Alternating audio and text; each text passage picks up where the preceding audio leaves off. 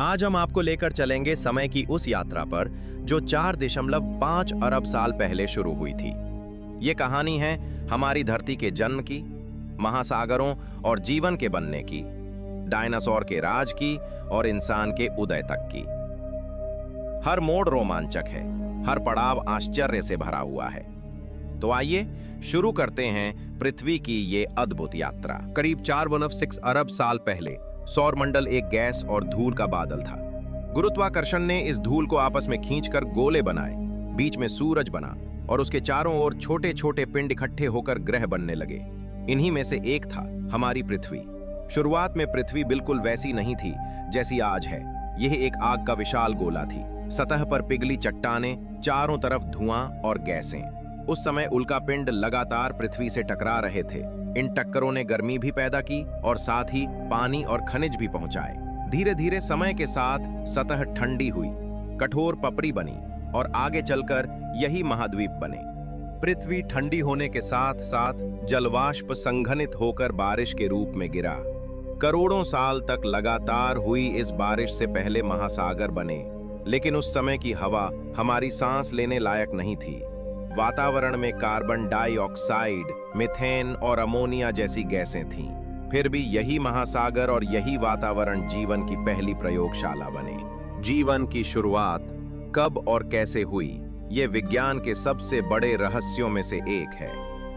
वैज्ञानिक मानते हैं कि लगभग 3.8 से 4 अरब साल पहले गहरे महासागरों में जीवन की चिंगारी जली। समुद्र के नीचे मौजूद हाइड्रोथर्मल वेंट से गर्म खनिज युक्त पानी निकलता था। इन्हीं जगहों पर रासायनिक प्रतिक्रियाओं से सबसे पहले सूक्ष्म जीवाणु बने। ये जीवाणु बेहद छोटे और सरल थे, सिर्फ एक कोशिका वाले, लेकिन ये बहुत खास थे क्योंकि यही आगे चलकर जटिल जीवन की नींव बने। करोड़ों सालों तक पृथ्वी पर केवल यही छोटे छोटे जीव थे। न पौधे थे, न जानवर, सिर्फ सूक्ष्म जीव। लगभग 2.4 अरब साल पहले जीवन में एक क्रांति आई। कुछ सूक्ष्म जीवाणुओं ने सूर्य की रोशनी का उपयोग करके भोजन बनाना शुरू किया। इसे हम कहते हैं प्रकाश संश्लेषण, फोटोसिंथेसिस। इस प्रक्रिया से पहली बार वातावरण में ऑक्सीजन बनी। धीरे धीरे हवा में ऑक्सीजन बढ़ी और इसी ने जटिल जीवों को जन्म दिया। पहले साधारण कोशिकाएं मिली, फिर उनमें केंद्रक, न्यूक्लियस विकसित हुए और आखिरकार बहुकोशिकीय जीवन उभरा। यानी अब पृथ्वी पर समुद्री शैवाल, स्पंज और अन्य जटिल जीव बनने लगे। करीब 47 करोड़ साल पहले पौधों ने समुद्र से निकलकर पहली बार जमीन पर कदम रखा।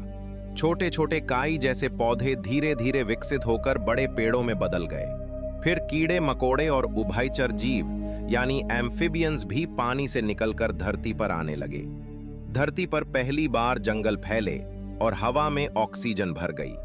यही वो समय था जब जीवन ने पूरी पृथ्वी पर तेजी से फैलना शुरू किया।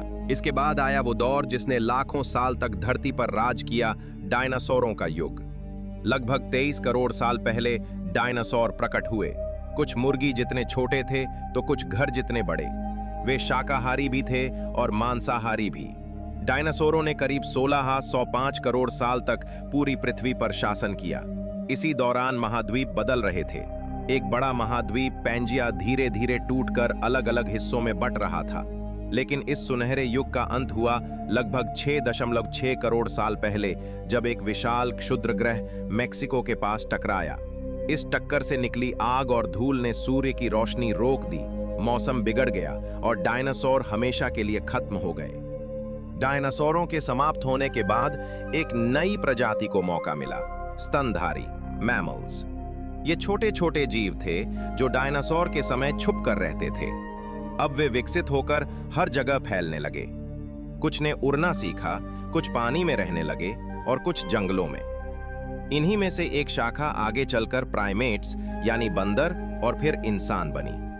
करीब 20 लाख साल पहले हमारे पूर्वज होमो हैबिलिस और होमो इरेक्टस प्रकट हुए और लगभग 3 लाख साल पहले आधुनिक इंसान यानी होमो सेपियंस का जन्म हुआ।